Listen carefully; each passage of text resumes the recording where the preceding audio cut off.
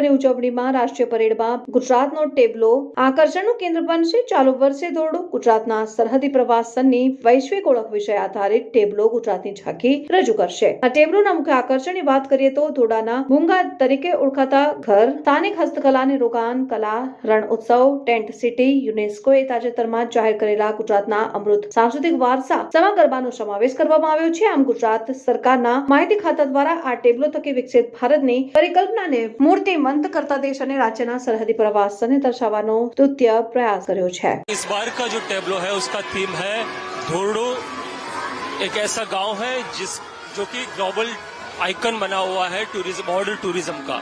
So Dhordo is a global icon of border tourism, that is our theme. और इस theme को ध्यान में रखते हुए हम लोगों ने धोरडो का जो विकास हुआ है टूरिज्म क्षेत्र में उसको दर्शाने का प्रयास किया है. देखिए, ये ऐसा गांव है जिसमें 3 महत्व